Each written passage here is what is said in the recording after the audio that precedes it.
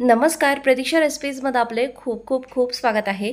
आज मी तुम्हाला गुढीपाडवा विशेष अगदी सोप्या पद्धतीने झटपट तयार होणारी थाळी दाखवणार आहे। पदार्थ मोजके आहे आणि खूप सोपे देखील आहे बनवायला। रेसिपीला सुरू करूयात त्या अगोदर चॅनलला नक्की सबस्क्राइब करा, शेजारील बेल आयकॉनवर हिट करा म्हणजे माझ्या प्रत्येक येणाऱ्या व्हिडिओचे अपडेट्स तुम्हाला मिळत राहतील। सर्वात अगोदर इथे पुरी करण्यासाठी मी इथे कणिक भिजवून घेणार आहे। साधारण 3 वाट्या चाळलेलं गव्हाचं पीठ आहे। चवीपुरतं मीठ घातलंय। एक मोठा चमचा ओवा घेते। ओवा फ्लेवरची ही पुरी मी बनवणार आहे। ओव्याचा फ्लेवर खूप मस्त येतो।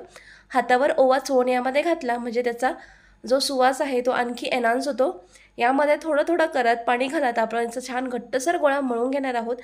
चपात्या करण्यासाठी जसं आपण कणिक मळतो तसं बिलकुल मळू नका, यापेक्षा थोडंसं जास्त घट्टसर मळून घ्यायचं। जितकं घट्ट असेल तितकी सोपी जाते आपल्याला पुरी लाटायला। मटार पुलाव करूया त्याकरता कुकरमध्ये 1 चमचा तेल, त्याच प्रमाणात साजूक तूप घेतलंय। साजूक तुपाची चव अप्रतिम लागते त्यामुळे आवर्जून वापरा। 1.5 वाटी इथे लॉंग रेंज बासमती राईस घेतलाय। 2 पाण्याने स्वच्छ धुवून झाल्यानंतर 10 मिनिटांसाठी पाण्यामध्ये भिजवून घेतलाय।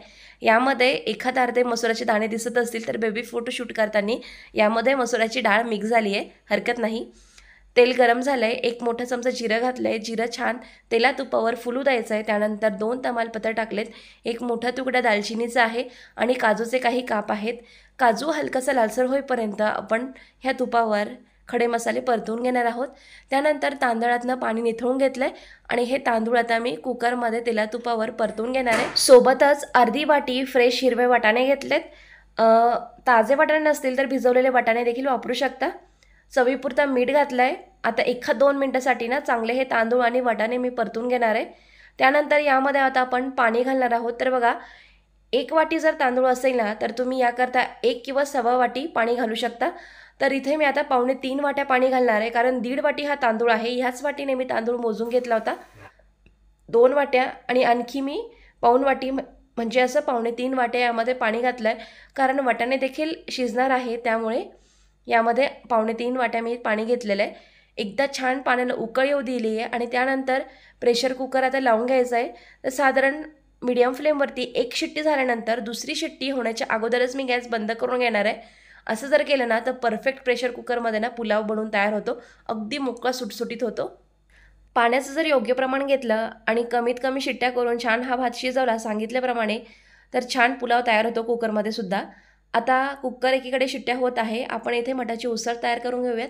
कढाईमध्ये 2 मोठे चमचे तेल टाकले। अर्धा चमचा जिरं मोहरी तेलावर छान टाकून फुलू दिली आहे। 1 मध्यम आकाराचा कांदा बारीकसर चिरून तेलावर परतून घेऊयात। कांदा हलकासा परतल्यानंतर यामध्ये ठेचलेलं आलं लसूण 1 मोठा चमचा टाकले। त्याचाही कच्चापणा दूर होईपर्यंत परतून घेतले। अर्धा चमचा हळद घालायची आहे। 1 मोठा चमचा लाल तिखट घेतलंय। सोबतच 1 मोठा चमचा काळा मसाला घेतलाय, जो रेग्युलर आपण काळ्या भाजीसाठी वापरतो तो। आणखी थोडंसं लाल तिखट घातलंय। चवीप्रमाणे लाल तिखट कमी जास्त करू शकता। मीठ घालून हे परतून घेतलंय। आता यामध्ये 1 मध्यम आकाराचा टोमॅटो बारीक चिरून टाकायचा आहे। टोमॅटो हलकासा परतून झाला की हे मिश्रण जे आहे ते कढईला लागू नये किंवा मसाले जळू नये याकरता यामध्ये पाणी घालून 1 ते 1.5 मिनिटांसाठी परतून घेतलंय। छान टोमॅटो परतला गेलाय। आता यामध्ये मोड आलेली मटाची उसळ टाकून घ्यायची आहे। यामध्ये 1-2 वाटाणे आहेत आणि हरभरासुद्धा आहे। आमच्याकडे याला मटाची उसळ म्हणतात, काही भागांमध्ये मटकीची सुकी भाजी असं सुद्धा म्हटलं जातं। आता झाकण ठेवून छान आपण 4 ते 5 मिनिटांसाठी वाफवून घेणार आहोत। अधूनमधून एखाद वेळेला झाकण काढून असं हलवून घ्यायचं म्हणजे लक्षात येतं की भाजी कढायला लागली तर नाही आहे ना।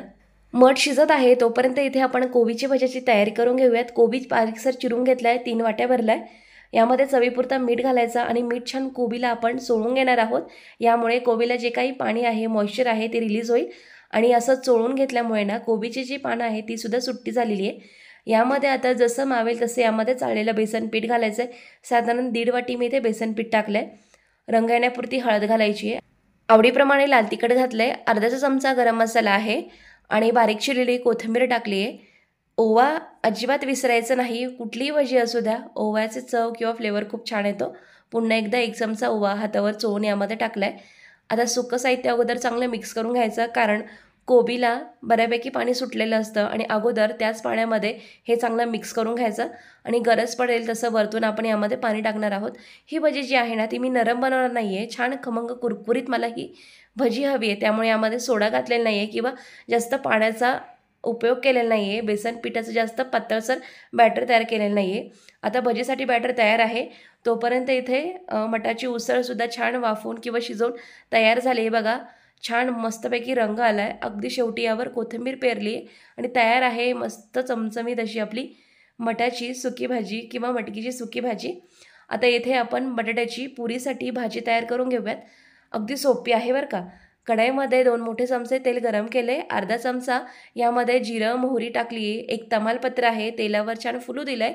त्यानंतर ठेचलेलं आलं लसूण आणि 3 हिरव्या मिरच्या असं हे वाटण टाकलं आहे. परतून घेतलं तेलावर. रंग येण्यापुरती हळद घालायची आहे. 2 चिमूट हिंग घातलं आहे. हिंग आवर्जून वापरा. त्यानंतर 1 ते 1.5 चमचा लाल तिखट यामध्ये घातलं आहे मी आणि थोडंसं यामध्ये गरम मसाला टाकला आहे चव येण्यापुरतं. या व्यतिरिक्त कुठलाही एक्स्ट्राचा मी मसाला वापरलेला नाही आहे. 4 मध्यम आकाराचे बटाटे 5 शिट्ट्यांवर कुकरमध्ये उघडून घेतले होते. त्याचे काप यामध्ये टाकलेत. चवीपुरता मीठ घातलं आहे. अर्धा चमचा कसुरी मेथी हातावर चोळून यामध्ये टाकलेली आहे. छान 1 ते 2 मिनटासाठी मसाल्यांबरोबर हे बटाट्याचे काप परतून घ्यायचे. एक साधारण तांब्याभर पाणी इथे मी वापरलं आहे. कोमट पाण्याचा शक्यतो वापर करायचा म्हणजे चव भाजीची बिघडणार नाही. आणि पळीने असे बटाट्याचे काप जे आहे ना ते मी मॅश करून घेणार आहे, कारण रस्स्याला छान दाटसरपणा येईल. यामध्ये आपण कांदा टोमॅटो प्युरे वगैरे काहीच वापरलेलं नाही आहे. बटाटे थोडेसे मॅश केल्यानंतर ना यावर साधारण 5 मिनटासाठी झाकण ठेवलं होतं. झाकण काढून पुन्हा 5 मिनटासाठी ही भाजी मी उकळून घेतली आहे आणि बटाटा मी चमच्याने स्मॅश करून घेतला आहे. त्यामुळे छान रस्स्याला दाटसरपणा आला आहे. कोथिंबीर पेरून घेतली तर बघा खूप मस्तपैकी साधी सोपी बटाट्याची भाजी तयार आहे. आता आपण पुरी बनवायला घेऊया. कणिक खूप छान भिजून तयार झालं आहे. यावर थोडंसं तेलाचा हात लावून आणि पुन्हा एकदा मळून घ्यायचं म्हणजे छान मऊसूत तयार होईल. याचे छोटे छोटे गोळे घेऊन आपण अगोदर सर्व कणकेचे ना गोळे तयार करून घेऊयात, म्हणजे पुऱ्या एकामागे पटोपट आपल्याला लाटता येतात. साधारण एवढ्या आकाराचे गोळे मी तयार करून घेते. यापेक्षा छोटी पुरी तुम्हाला करायची असेल तर छोटे याचे आकार करू शकता. आता बघा ही लाटी घेताना ना मी कढाईमध्ये साईडला तेल गरम करायला ठेवलं आहे. त्यामध्येच बुडवून घेते आणि अगदी तेल लावूनच आपण ही लाटी लाटून घेणार आहोत. कारण जर आपण कणिक लावून किंवा सुकं पीठ लावून जर पुऱ्या लाटल्या ना तर तेलामध्ये खूप जास्त त्या पिठाचे कण जातात आणि तेल खराब होतं. जर तेल लावून लाटले ना तर पुरी छानसुद्धा होते आणि बिलकुल तेल खराब होत नाही. आता पुऱ्या 2-3 मी अशाच लाटून घेतल्या आहे आणि कढईमध्ये तेल गरम केलं आहे. यामध्ये आता अगोदर पापड तळून घेते. तर उडदाचं पापड आहे, त्याकरता तेल थोडंसं कमी तापलेलं लागतं. जर जास्त तापलेल्या तेलामध्ये उडदाचा पापड तळला ना तर तो पटकन लाल होतो. छान पिवळसर रंग राहायला पाहिजे, त्यामुळे कमी तापलेल्या तेलामध्ये उडदाचा पापड तळून घ्यायचा. त्यानंतर थोडंसं तेल जास्तीचं गरम करून घेतलं आणि मग नागलीचा पापड तळून घेतला आहे. तर बघा मस्त फुलला आहे नागलीचा पापड.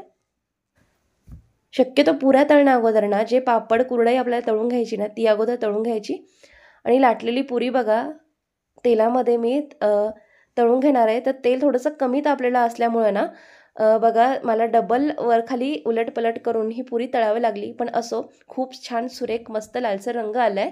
तळून घेतली आहे आणि अशाच सर्व पुऱ्या मी लाटून तळून घेणार आहे. तर बघा तेल छान तापलेलं असावं पुरीसाठी खरं तर, तेव्हाच ती पुरी छान टम्म फुगते. आणि कुठेही गॅस कमी जास्त करायचं नाही, म्हणजे पुरी जी आहे जर कमी तापलेल्या तेलात किंवा कमी गॅसवर तळली ना तर ती तेलकट होते.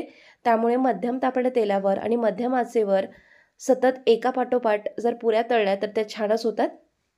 पुऱ्या तळून झाल्या आहे. आता भजी काढायला घेऊया. तर पुरीचं आणि भजी करण्याचं जे प्रमाण आहे ना ते माझं अगदी थोडं थोडं आहे. जर तुम्ही मोठ्या समारंभांसाठी किंवा मोठ्या प्रमाणात पुऱ्या तळणार आहात, भजी काढणार आहात, तर मी एक तुम्हाला सजेस्ट करेल की 2 कढया ठेवा. एक पुरी तळण्यासाठी आणि भजी तळण्यासाठी, म्हणजे वेळही वाचतो आणि भजीच्या तेलामध्ये ना एक तर पुऱ्या फुलत नाही आणि दोन्हीही आपल्याला गरम गरम खायला मिळतं. तर अशी थोडी थोडी करत यामध्ये भजी मी सोडून घेतलेली आहे आणि छान खरपूस लालसर रंग येईपर्यंत, खमंग कुरकुरीत होईपर्यंत ही आपल्याला तळून घ्यायची आहे. कमी तापलेल्या तेलात आणि कमी आचेवर तळायची नाही, नाहीतर तेलकट होतात. त्यामुळे छान अशी मध्यम तापलेल्या तेलात मध्यम आचेवर कुरकुरीत खमंग लालसर होईपर्यंत भजी तळून तयार झालेली आहेत. कोबीची भजी नक्की करा.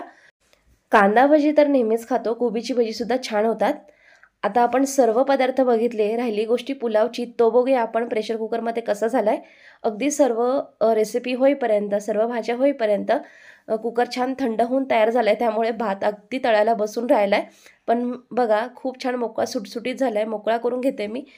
छान मोठमोठा तांदूळ लांब लांब आपल्याला दिसतोय, कुठेही याचे तुकडे झालेले नाही आहे, कुकरमध्ये बनवलं आहे तरीसुद्धा. थाळी वाढायला घेऊया किंवा ताट वाढायला घेऊया. सर्वात अगोदर मस्त तर्रीदार, सोपी, साधी अशी छान चमचमीत बटाट्याची रस्साभाजी, एकीकडे वाटीमध्ये मटाची उसळ आणि इथे आपला छान कुकरमध्ये बनवलेला तरीसुद्धा मोकळा सुटसुटीत असा मटार पुलाव, तळलेली छान कुरकुरीत असे नागलीचे आणि उडदाचे पापड, खमंग असे कोबीचे भजे, सलाडमध्ये इथे मी कांदा टोमॅटो घेतला आहे आणि लिंबू वाढलं आहे. छान टमटमीत फुगलेली अशी लालसर सोनेरी रंगाची पुरी वाढलेली आहे. खरं सांगू का, बरेच जण ना पुरीच्या मिश्रणात रवा घालतात का तर ती फुलून राहावी जास्त वेळ, पण यामध्ये बारीक रवा वगैरे मी काहीच वापरलेला नाही आहे. ज्या अगोदर तुम्हाला मी रेसिपीमध्ये पुरी तळून दाखवली ना, तीच अगदी शेवटपर्यंत मी ठेवली होती आणि एकावर एक न ठेवता सेपरेट ठेवल्यामुळे छान ती फुगलेली तशीच राहिली आहे. जवळजवळ 20 ते 25 मिनटासाठी बिलकुल पुरी बसलेली नाही आहे, अगदी टमटमीत फुगलेली तशीच राहिली आहे. रेसिपी काढण्यासाठी किंवा फोटो वगैरे काढण्यासाठी मी बिलकुल डबल पुरी तळलेली नाही आहे, जी अगोदर तळली होती तीच मी इथे वाढायला घेतली ताटामध्ये. चला तर मग करताय ना ही रेसिपी किंवा केल्यानंतर ही थाळी कशी झाली मला कमेंट करून कळवायला विसरू नका. पुन्हा भेटूया अशीच एका छानशा मस्त नवीन रेसिपीसोबत. व्हिडिओ बघितल्याबद्दल तुमचे खूप खूप धन्यवाद.